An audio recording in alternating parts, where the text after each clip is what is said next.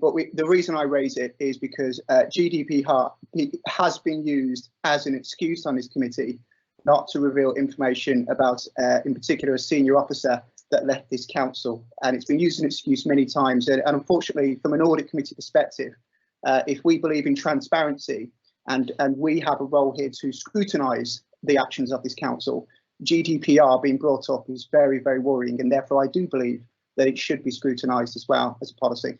Could I ask a question about page 130 and 131, please?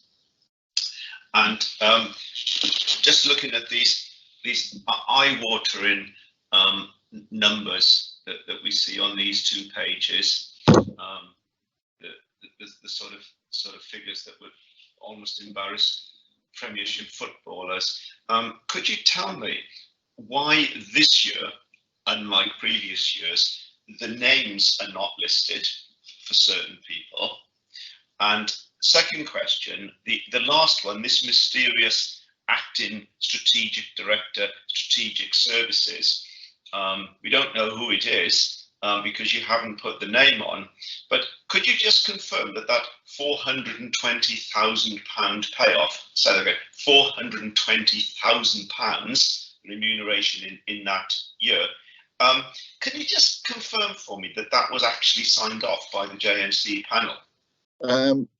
We've got to remember that GDPR has come in, and for me to name people, I would have to get the permission of everybody who doesn't statutorily have to be named for me to declare their names in this document. So, love it. GDPR, cracking excuse. One of the most damaging pieces of legislation ever introduced for small companies and business. And now it's an excuse for not putting the names of somebody who earns 420 grand a year in the city's accounts. But I take note of your answer. So I want to touch on the GDPR aspect of this. Obviously, GDPR is an EU piece of legislation, has been really quite crippling for a lot of businesses because of how draconian and excessive that it can be. So I'm happy that you've explained what you've done in terms of compliance with GDPR, but as from an audit committee perspective, it would actually be quite interesting to know the costs involved in that to the council, and whether, I mean, I don't imagine you to be able to pluck that from the top of your head today, but maybe to bring that to a future committee, because I certainly would be interested to know what the effect GDPR has. GDPR, I do not have it off the top of my head, but I'm sure we can try and source a figure for you, and I'll take that one away. And that brings me on to the substantive point that I wanted to raise today, which is one of transparency. At lunchtime, I was watching the journalists talking about President Trump's tax returns. And whatever you think about those, it is truly remarkable, isn't it, that the President of America has his tax returns published. I mean, how transparent can you get? Right? And I bet he wishes they hadn't been published, but they have been. And I contrast that with my situation as a member of Audit Committee, where I can't even get access to documents in Birmingham City Council as a member of Audit Committee, let alone publish those documents so that the people that elect me can see what's going on.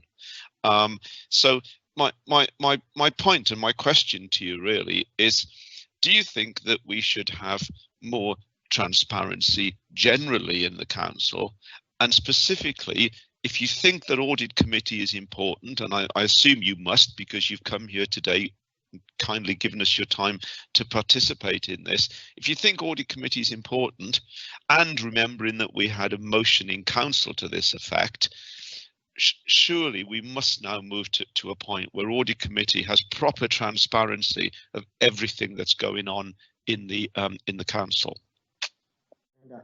President Trump and his tax returns, well, it's not really for me to get involved, is it? But I do observe the debate that's now going on in the United States with a smile on my face. As to access to documents, you point out, Councillor Jenkins, that there was a City Council motion passed on this, and we have drafted in now to the Constitution the changes that are required by that motion going through the Council. those changes I'm about to share with the group leaders through Council Business Management Committee. So hopefully you'll see that there's some wording gone in that will allow for the appropriate documentation to be shared with not only Audit Committee but also ONS committees as well. I am committed to being as open and transparent as it is possible to be. Actually, from an Audit Committee perspective, if we believe in transparency and we have a role here to scrutinise the actions of this council, GDPR being brought up is very, very worrying, and therefore I do believe that it should be scrutinised as well as a policy. Yeah, I don't disagree with you in that. I do remember in other roles that I've had the Data Protection Act being used equally as an excuse. GDPR should not be used as an excuse, obviously, to to prevent this committee having legitimate access to the information that it, as an audit committee, has the right to.